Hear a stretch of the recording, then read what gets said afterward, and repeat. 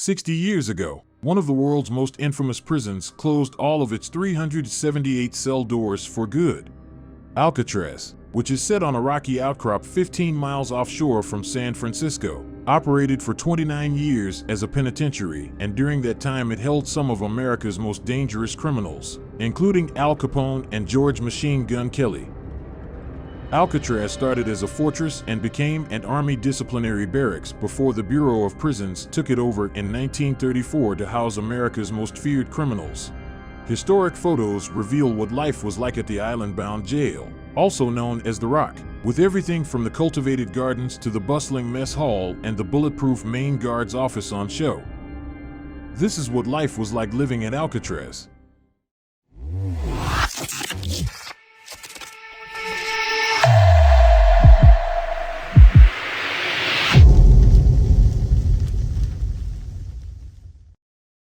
An image captures a prison chef standing still for the camera with a Christmas menu from 1950 outlined above him. Some of the kitchen delights the inmates had to look forward to during their festive meal included roast turkey, giblet gravy, candied sweet potatoes, raisin nut dressing, whipped potatoes, and bread with butter substitute oleo. Another shot shows Senior Officer Melvin Kidney at work in the prison's control center, which was enclosed with 2-inch bulletproof glass. He was in charge of supervising all communications and had custody of arms, ammunition, and tear gas in case violence broke out. Other vintage snaps culture some of Alcatraz's most infamous inmates, including Clarence Carnes, the youngest inmate incarcerated there at the age of 18, and the 3 men who famously got away. Frank Morris and brothers Clarence and John Anglin, all serving time for bank robbery, vanished from the prison in San Francisco Bay on the night of June 11, 1962. The men used spoons and forks to burrow their way out of their concrete cell, and they crafted a raft out of raincoats.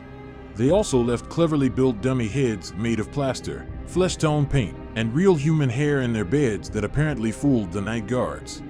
After they were discovered missing, the prison went into lockdown and an intensive search began.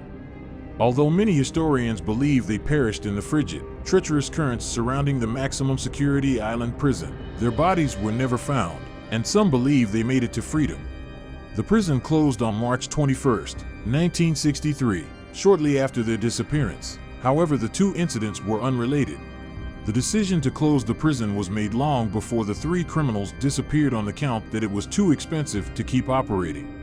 According to the Federal Bureau of Prisons, an estimated $3 million to $5 million was needed just for restoration and maintenance work to keep the prison open.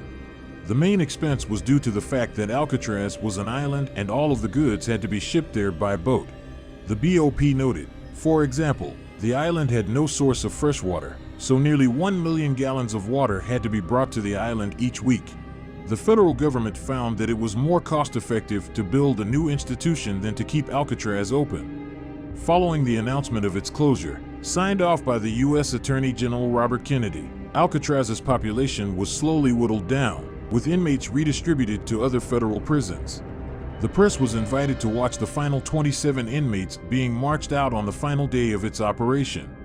Frank Weatherman, who was the last inmate to be banished to Alcatraz in December 1962 and the last to walk out, simply told journalists, Alcatraz was never no good for nobody, when he was asked for his opinion on the place. After the prison closed, the island, which was owned by the federal government, was left abandoned. During its abandonment, there were several occupations by Native American activists, who were campaigning against the U.S. government's termination policy and the broader plight of Native Americans.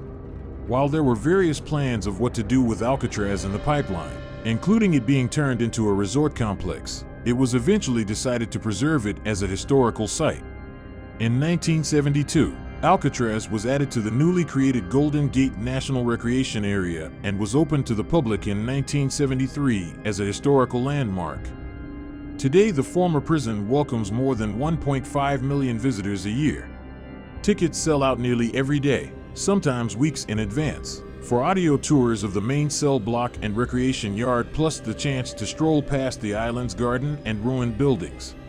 On the 50th anniversary of the prison's closure, former guard Jim Albright attended a commemorative ceremony. He had been a guard during 2 escapes, including the one made famous in the movie Escape from Alcatraz, and was keeping an eye open for any funny business involving the prisoners and reporters. What I was worried about was that one of these goddarned fools was going to give the inmates something that they could get out of their cuffs with. These were all the worst bad guys. If you messed up somewhere else, you came to Alcatraz, Albright, then 77, said. When it came to the missing prisoners, Maurice and the Anglin brothers, the FBI officially closed its case on December 31, 1979, and turned over responsibility to the U.S. Marshals Service, which continues to investigate in the unlikely event the trio is still alive.